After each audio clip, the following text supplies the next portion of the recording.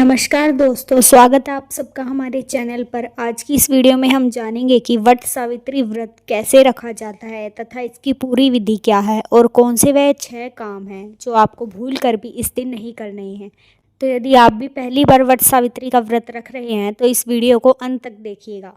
दोस्तों, इस वर्ष वट सावित्री व्रत बेहद शुभ संयोगों में आ रहा है जो व्रतियों के लिए विशेष फलदायी सिद्ध होगा। सौभाग्य, समर्पण और अटूट वैवाहिक बंधन का प्रतीक वट सावित्री व्रत श्रद्धा और भक्ति के साथ मनाया जाएगा।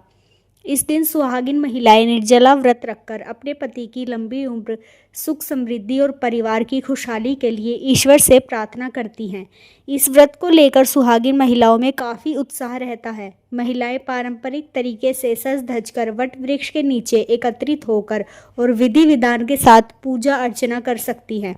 आज इसी व्रत की पूरी विधि हम विस्तार से जानेंगे। पहले जान लेते हैं कि यह वट सावित्री व्रत इस बार कब मनाया जा रहा है और पूजा का शुभ मुहूर्त क्या रहने वाला है। इस बार 16 मई को पूजा के लिए कई कल्याणकारी योग। हिंदू पंचांग के अनुसार अमावस्या तिथि का आरंभ 16 मई की सुबह से ही हो जाएगा, इसलिए पूजा का शुभ मुहूर्त 16 मई को सुबह 4:58 से रात के 1:44 तक रहने वाला है, अर्थात पूरा दिन इसका शुभ मुहूर्त रहेगा। यह पूजा का सबसे श्रेष्ठ समय है। गज केसरी और शुभ संयोग में व्रत रखा जा रहा है। वट वृक्ष यानी बरगद में ब्रह्मा, विष्णु और महेश तीनों देवों का वास माना जाता है। पौराणिक कथाओं के अनुसार इसी दिन माता सावित्री ने अपने दृढ़ संकल्प और पतिव्रता धर्म के बल पर यमराज से अपने पति सत्यवान के प्राण वापस ले लिए थे। तभी से महिलाएं अपने पति की दीर्घायु और अखंड सौभाग्य के लिए यह व्रत रखती हैं। अब जान लेते हैं इसकी पूरी विधि। सबसे पहले व्रती सुबह जल्दी स्नान कर लाल या पीले रंग के पारंपरिक वस्त्र धारण करे। उसके बाद बांस की डोलची में 7 तरह के अनाज यानी सप्त धान्य, जिसे सतनजा भी कहते हैं, वह रखे। इसके अलावा धूप, दीप, घी, भीगे हुए चने, फल और मिठाइयाँ उस टोकरी में सजाएं और वट वृक्ष की जड़ में जल अर्पित कर चंदन, रोली और अक्षत लगाएं। इसके बाद कच्चा सूत या रक्षा सूत लेकर वृक्ष की यथासंभव 108 या 7 बार परिक्रमा करें। महिलाएं प्रत्येक परिक्रमा के साथ पति की लंबी आयु की कामना करें। पूजा के अंत में सावित्री सत्यवान की कथा अवश्य ही सुने, जो कि हमारे चैनल पर आने वाली है, क्योंकि बिना कथा के यह व्रत अधूरा माना जाता है।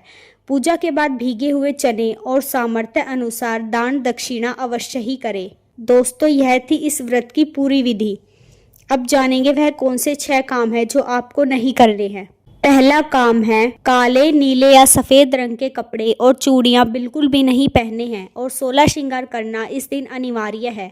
दूसरा, इस दिन बाल, नाखून या दाढ़ी नहीं काटनी चाहिए।